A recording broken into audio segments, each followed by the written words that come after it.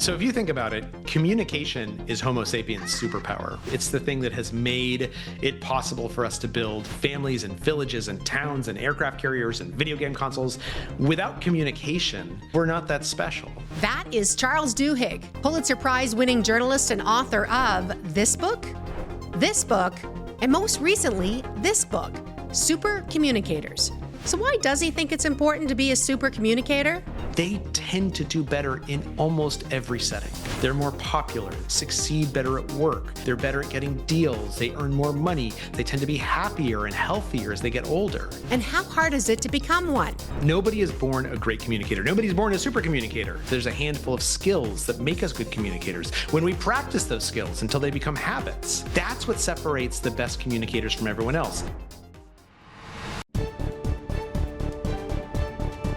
The Money Talk Podcast, brought to you by TD Wealth with Kim Parlee. Hi, everyone. It is great to have you with us. And Charles, thanks so much for joining us. Thank you for having me. This is such a treat. It is a treat, and I'm looking forward to the conversation. How long would you say that you have been a super communicator for? Well, we're all super communicators at one time or another, right? And there's actually a great question I can ask you to sort of flesh this out. If you were having a really, really bad day and you wanted to call someone that, talking to them would just make you feel better, do you know who you would call? Like, does that person pop into your mind? Absolutely. Yeah? So who is it? I have my friend Bruce and my friend Terrence, either one. So for you, Bruce and Terrence are both super communicators, and you're probably a super communicator back to them, right? You probably know what question to ask them to figure out what's really going on. You know when they want a kind word and when they kind of need some tough love, or when they want someone just to empathize or someone to give them advice. We are all super communicators, but some of us are super communicators on a more consistent basis. Some people can connect with basically anyone. They know how to connect with strangers the same way that you can connect with Bruce. And those are people who have just learned a handful of skills that make them into better communicators. I love that you say that, and you mentioned this, that, we all have the potential to be super communicators. I know people who are not super communicators. I'm just going to say that, but maybe they have the potential to be there. And you talk about in your book, and again, and many of the things that you've done that, and I thought was funny that, journalists, of which I come from, and I know that you do as well, sometimes are not good communicators, but it's not a talent, it's a skill. That's exactly right. Nobody is born a great communicator. Nobody's born a super communicator. In fact, if you talk to the best communicators and you ask them, were you always good at communication? They inevitably say something like, no, when I was in high school, I had real trouble making friends, right? So I had to study how kids talk to each other, or my parents got divorced when I was young and I had to be the peacemaker between them. What we know from study after study is that communication is not something you're born with. The ability to communicate is something that happens when we pay attention to communication, when we recognize that there's a handful of skills that make us good communicators, when we practice those skills until they become habits. That's what separates the best communicators from everyone else, not some inherent characteristic like they're outgoing or they have the gift of gab, but rather that they just think a little bit harder about communication, and then they practice getting good at it. I love, you allude to this and we'll get into all this, but a lot of the communication is actually not what you say, it's what you hear and how you listen and what you're paying attention to when you're doing things as well. That's right. That's exactly right. And there's a lot of listening and of speaking that doesn't happen because we're not paying close enough attention to it. Can I ask you, you are a prolific author, and as I mentioned, journalist, Pulitzer Prize winning. Congratulations, that's amazing. Thanks. Tell me why you wrote this book. Yeah, so I found myself falling into this habit with my wife where I would come home. I was working at the New York Times at that point, and I would come home after a long day and I'd start complaining about my day. I'd say, my coworkers don't appreciate me, or my boss doesn't realize what a genius I am. And my wife would do this very, very reasonable thing. She would give me some good advice. She would say something like, why don't you take your boss out to lunch and you guys can get to know each other a little bit better? And instead of being able to hear her giving me good advice, I would get even more upset, right? And I would start to say, like, why aren't you supporting me? Like, why aren't you on my side? You should be outraged on my behalf. And then she would get upset because I was attacking her for giving me good advice. This is a pattern that I think is familiar to everyone, right? We often have conversations, even with the people that we love the most, that can go off the rails. And so I went to all these researchers and I asked them, what's going on here? I'm a professional communicator. Why do I keep falling into this trap again and again and again? And they said two things. They said, first of all, we're really glad you showed up because we are actually living through a period of understanding communication for really the first time. Because of advances in neural imaging and data collection, we can see inside people's brains as they're having a conversation. And the second thing they said is they said, you know, when you're having a discussion, you think you know what that discussion is about. You're talking about your day, or you're talking about next quarter's numbers, or where we should go on vacation next year. But they said, if we can look inside your brain while you're having that discussion, what we actually see is that you're having many different kinds of conversations all at the same time. And these conversations, they tend to fall into one of three buckets. There's these practical conversations, which is about solving problems together or making plans. But then there's also emotional conversations where I tell you what I'm feeling, and I don't want you to solve my feelings. I want you to empathize. And then there's social conversations, which is about how we relate to each other and society, the identities that are important to us. And what the researchers said is they said, what we've discovered is all three of these different kinds of conversations are all equally legitimate, right? And oftentimes all three of them will happen in one discussion. But if you and the person you are talking to are not having the same kind of conversation at the same moment, you can't fully hear each other. You won't feel connected to each other. And that's, of course, exactly what was happening with me and my wife. I was having an emotional conversation. She was having a practical conversation. They're both legitimate conversations, but they were like two ships passing in the night. I think that's where we want to get to by the end of this, in terms of helping people understand how to have, the right conversation or connect the right way. But I want to go back to the point you just mentioned about you can see inside people's brains and you could see some of what's happening. And I know you talk about neural entrainment in the book. So maybe just explain what that is and what is seen. When you're in a conversation, including this conversation between us right now, even though we're separated by thousands of miles, when you're in a conversation, your bodies and brains start to change. So without us realizing it, in this conversation, our breath patterns have started to match each other. Our heart rates have started to match each other. Even though we're in very different places and there's different light around us, the dilation of the pupils of our eyes has started to echo each other. And if we could see inside our brains, if we could look at what's happening as we're having this conversation, our thoughts are becoming more and more synchronous, right? They actually would look the same on a screen if we were tracing sort of the neural activity. And that kind of makes sense when you think about it, because if I describe an emotion to you, you actually experience that emotion a little bit. Or if I describe an idea, you experience that idea. This is called neural entrainment as we become more and more similar. And it's actually the goal of communication.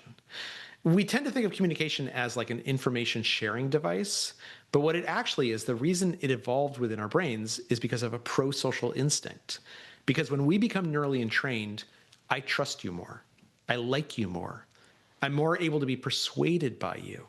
And that doesn't mean we agree about everything. We could have a conversation about politics and you could see things one way and I see them a different way. But as long as we become entrained, as long as that conversation feels like we're connecting with each other, we might walk away still disagreeing, but we will like and trust and be connected to each other more than before. And that's what neural entrainment does. It's a fascinating thought too, because as you're reading the book, and I highly recommend everyone reads the book, it's fantastic. You talk about the research, and so when you think about, okay, how do you get this neural entrainment? How do you engage with people? It may not be the way you think. It's not the dominant person in the room who's coaching people or doing things. I think you tell me what the people were called. Are these the high centrality people? High centrality participants. What do they do and what do they cause? So high centrality participants in studies are super communicators, right? The scientists don't like to use terms like super communicators because it seems too mass market. So they call them high centrality participants. But what they find is that these people have certain characteristics. You're exactly right. They are not necessarily the most outgoing or the biggest presence or the biggest personality in that room. They certainly don't talk the most.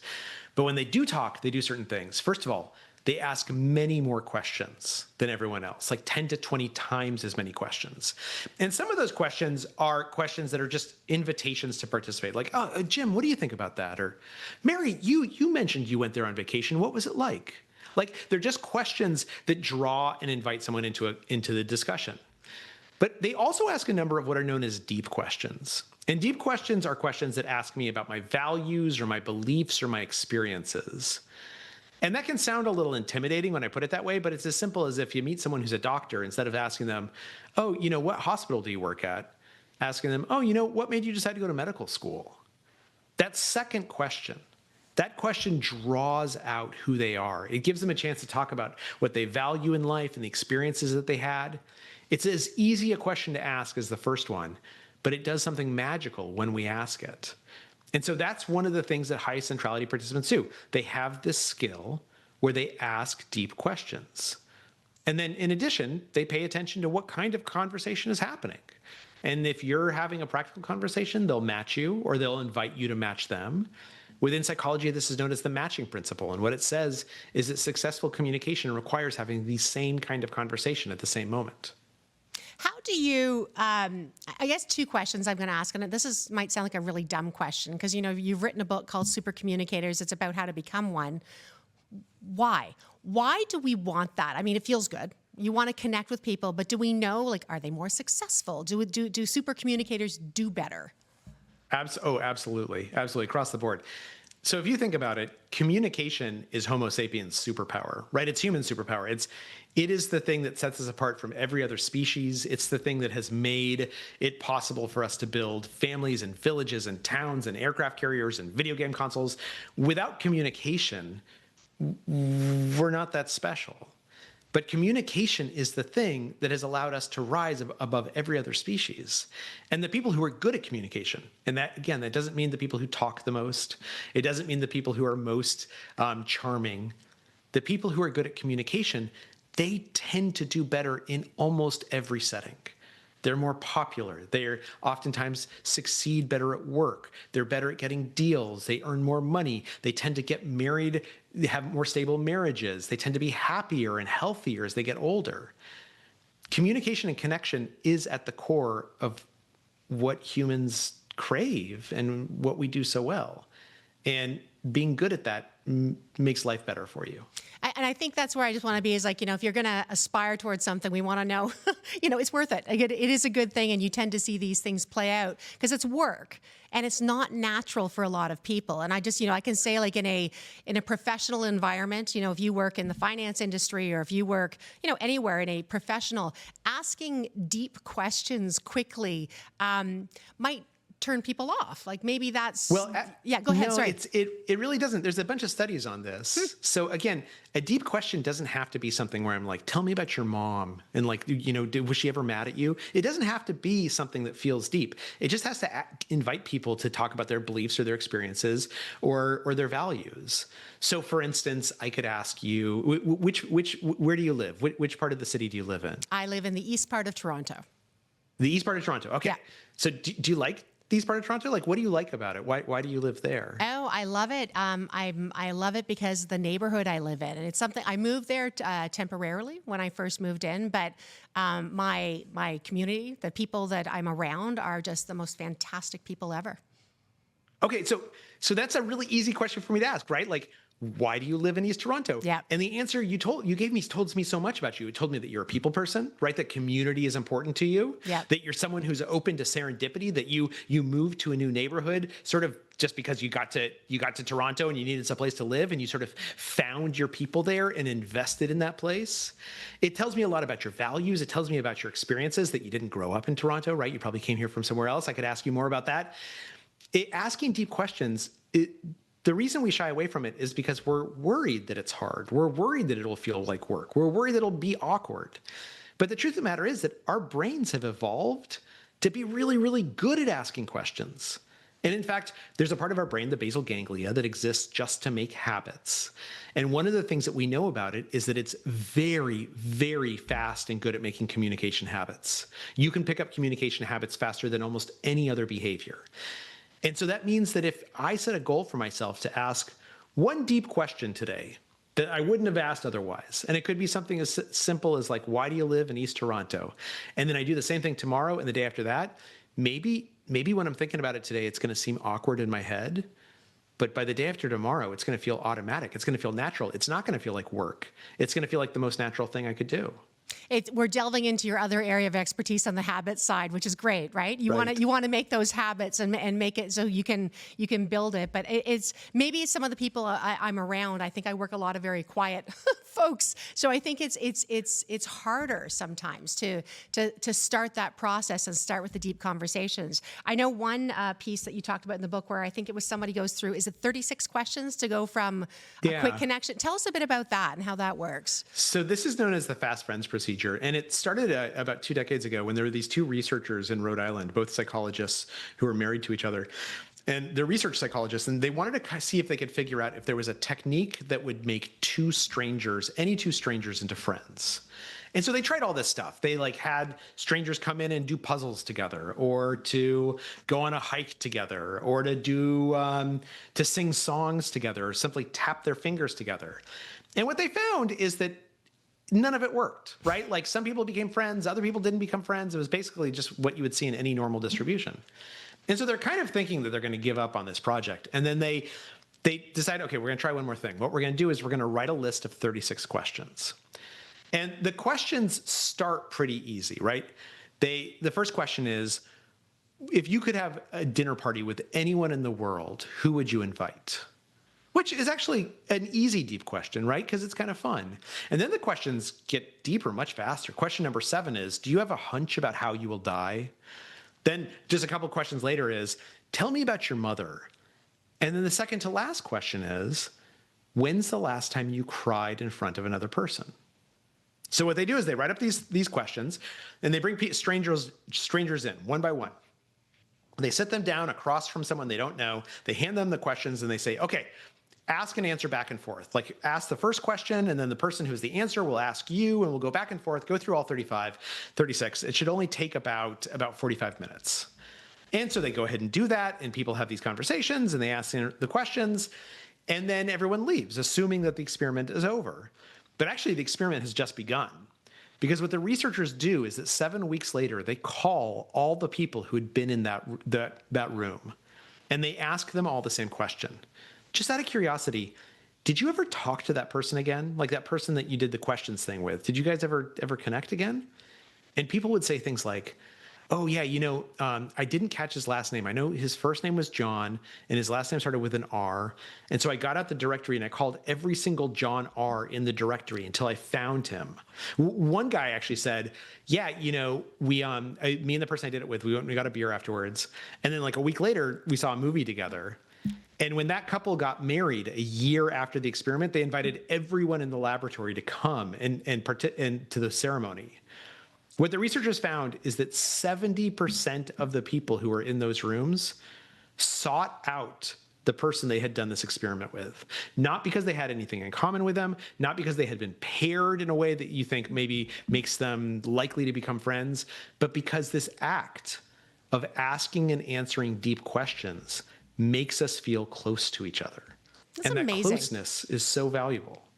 That's just utterly amazing, though, when you think about it, because it could just be random. It could be anybody. And it's that human connection that just keeps people together.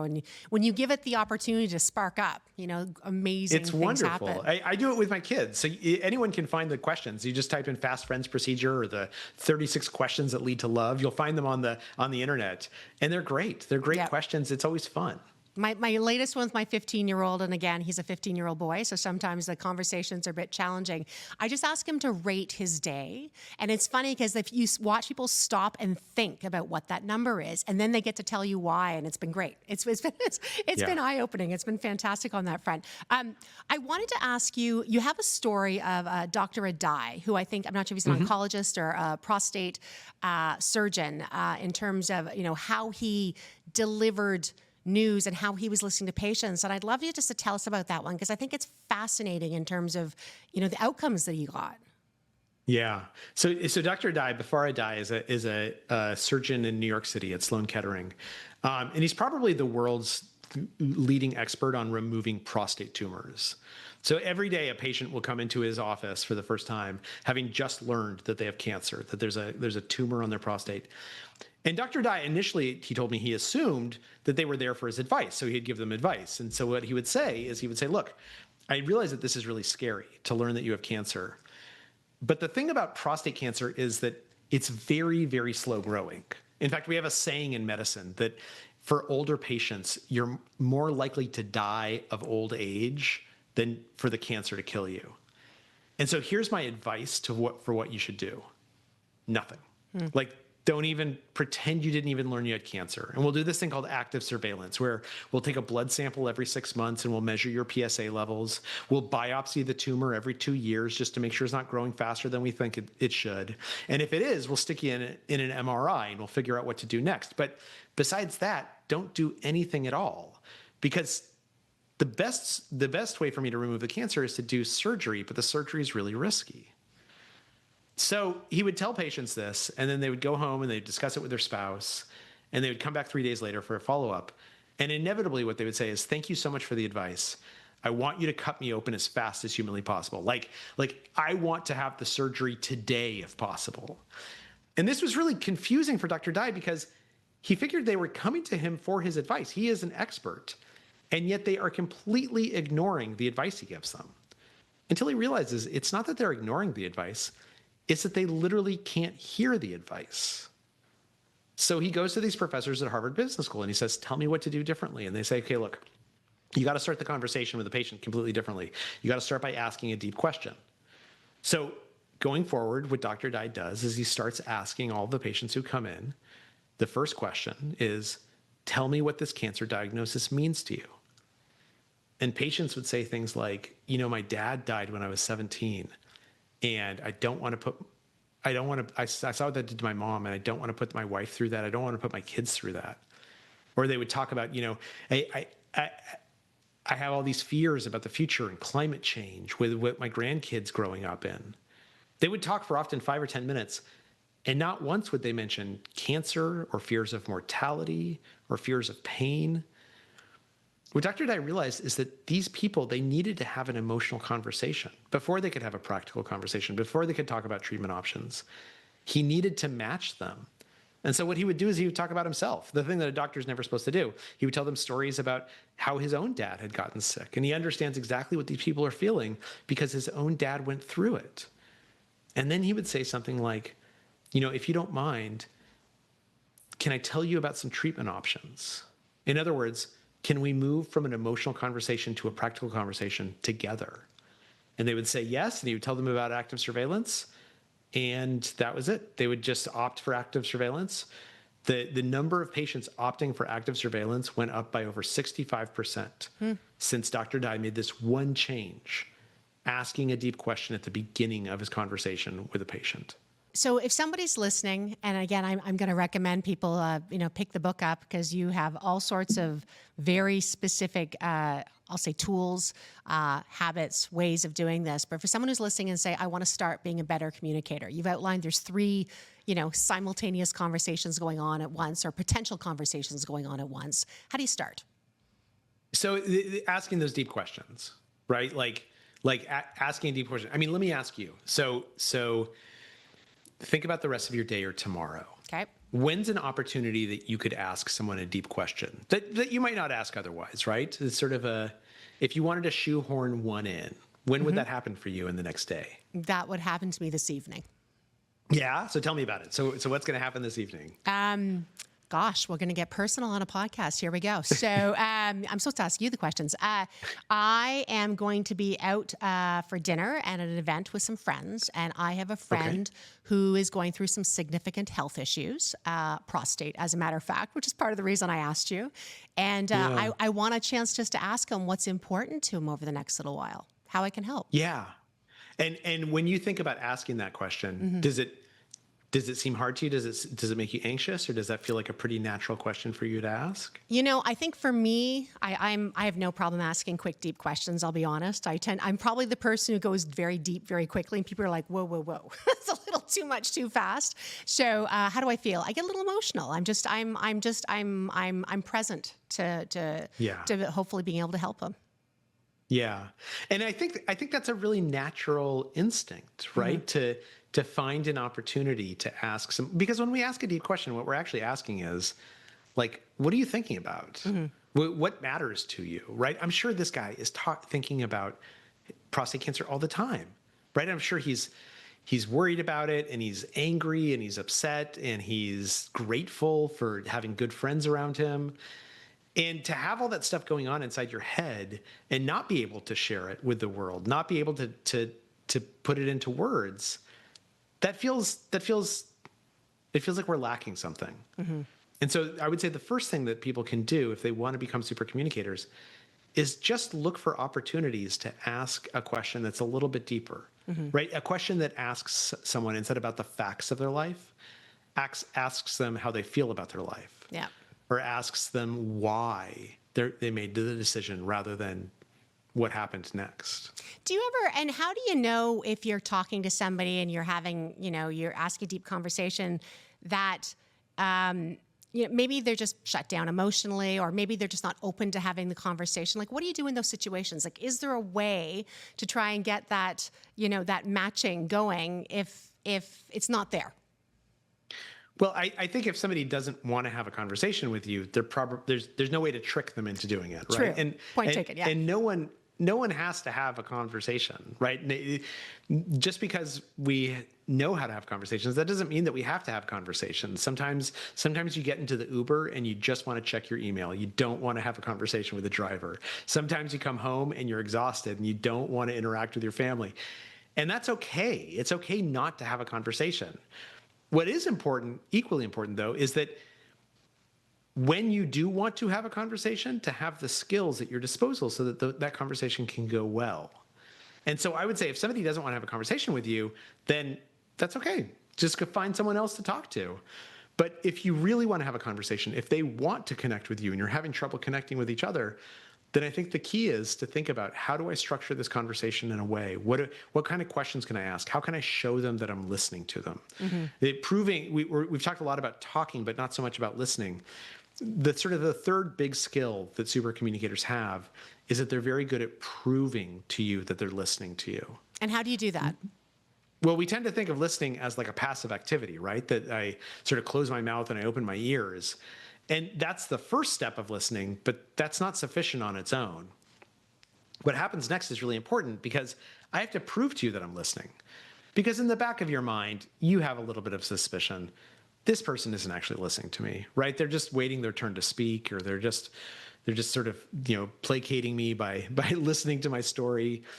And so what's really critical is to prove that you're listening. And it can be as easy as asking follow-up questions. It can be as easy as saying, oh, that's really interesting that you mentioned that, because something similar happened to me, to prove that you're paying attention. Now, in conflict conversations, in conversations where we disagree with each other, there's actually a technique for this that's been shown to be really, really powerful, which is, it's known as looping for understanding. And it's got 3 steps. Step 1 is that you ask a question, preferably a deep question. Step 2 is that when the person has answered that question, repeat back in your own words what you heard them say, right? And the goal here is not mimicry. The goal here is to show them that you're really thinking about what they said. You're reframing it in a new way. You're giving it new words, a new life. And most of us, we learn to do these first 2 steps somewhat intuitively, right? It's just part of like how we move through the world. It's step 3 that I always forget, because step 3 is, after I repeat back to you what I heard you say, ask if you got it right. Say something like, did I hear you correctly? Am I understanding? Because in that moment, what I'm actually doing is I'm asking you for permission to acknowledge that I was listening. And if you acknowledge that I am listening to you, you become much, much more likely to listen to me in return. Where, I know you mentioned all the research, but do you have anything in terms of that backs up those insights to see how effective that is? Oh, yeah. Yeah, there's a ton of studies that have looked at looping for understanding. In fact, one study, I can't remember the researcher's name off the top of my head, but it was in the Journal of Workplace Education, I believe. What he found was that in his study, looping for understanding was the single most effective technique to lower the temperature in conflict conversations in workplaces. That basically, when you teach managers and CEOs and leaders, when you teach them to listen really well, it tends to make the entire organization work together better. And so absolutely, there's a ton of research to support this. do you think workplaces or maybe society, are we getting better or worse at listening right now? I mean, I think it differs from person to person and company to company and country to country, right? I mean, I don't think it would surprise anyone, particularly here in the U.S. And I know that our northern neighbors in Canada are watching with dismay, as are many of us in the nation. The polarization has gotten out of control, right? I don't think it's surprising to say we seem to have forgotten how to have conversations where we can disagree with each other and still live alongside each other peacefully. And what's interesting is if you think about American history or Canadian history or British history, the periods that we are most proud of are the periods not when we all agreed with each other. It's when people disagreed with each other, but in ways that were civil and that where they could live alongside each other. I think just about the writing of the American Constitution, the Continental Convention. You had all these people come together who literally hated each other, and they screamed at each other for months and months and months, disagreeing with each other, debating, and yet they figured out how to write a constitution together that still exists today. We are at our best, not when we all are on the same page, but when we can discuss things with each other, when we can disagree with each other, when we can air ideas and test them out with each other, and then go and still feel connected to each other, feel like we have something in common, like we're countrymen or we're all humans, and that these disagreements are smaller than the things that we have in common. Yeah. It's, yes, I 100% agree. And you talk about, I know in the book too, the research done, I think it was, and forgive me, I don't remember exactly, but it was the group that got together that, in person could, treat each other as individuals, and they agreed to disagree civilly, but then got online and it went really poorly. Well, yeah, this was an experiment that was done with here in the U.S. with gun rights advocates, people who think that everyone should own guns and there should be no laws, and gun control activists, people who think that there should be many more laws about guns in the U.S. And you're exactly right. So these are people who normally just would scream at each other all day long. And what they did is they brought a bunch of them to Washington, D.C., and they taught them things like looping for understanding and, asking questions, deep questions. And what they found is that when people were face to face, if they use these techniques, if they use these skills, it went really, really well. And people felt close to each other. They didn't change their minds. They didn't agree with each other, but they felt close to each other. They felt connected. And then they sent everyone home and they set up this Facebook group, for a private Facebook group, for them to continue the conversation. And literally within hours of the Facebook group starting, they were just insulting each other. And so the researchers, they tried to figure out what happened. And what they discovered was this. Each form of communication has slightly different rules, right? And if we forget those rules, and we know this, we know that calling someone is different from texting someone, is different from sending an email to them or seeing them face to face, that an emoji means something different than a word that you might write. We know that there are rules, that different channels of communication require different modes or different rules to be successful. What happens is that sometimes we just forget to remind ourselves of the rules. And we say, oh, I just talked to this person, and when I was talking to them, I could make a sarcastic joke, so I'm just going to make a sarcastic joke online. And the person reads it, and they don't understand that it's sarcastic. They can't hear the sarcasm in your voice because they can't hear your voice. And so they think you're being serious, and now suddenly they're offended because they think that you said something mean. What we know about online communication is that the rules for online communication are you should not ever use sarcasm because people are going to miss it. That if we're more polite when we're online, it has hugely beneficial outcomes. In fact, in one study, they found that people who are arguing online, who are Reddit moderators, that just one person using please and thank you would often change an entire conversation. There's just a bunch of rules that we know. We know about online communication. And when we get into trouble is when we forget to remind ourselves of them.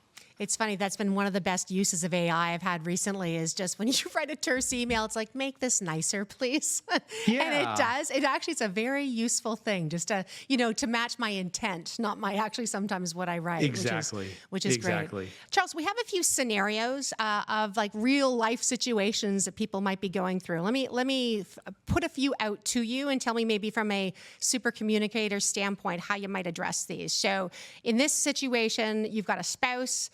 They've inherited a lot of money from their parents, and the other spouse is a more cautious spender.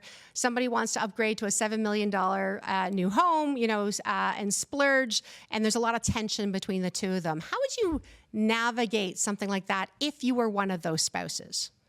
Yeah. So I think the first thing is to try and figure out what are we actually talking about, right? So if somebody wants to upgrade to a $7 million home, let's talk about why.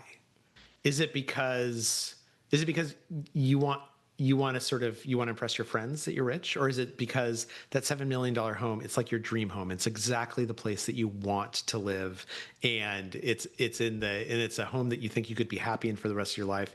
Is it because the kids are leaving and you want to have places for them to come back and bring your grandchildren to?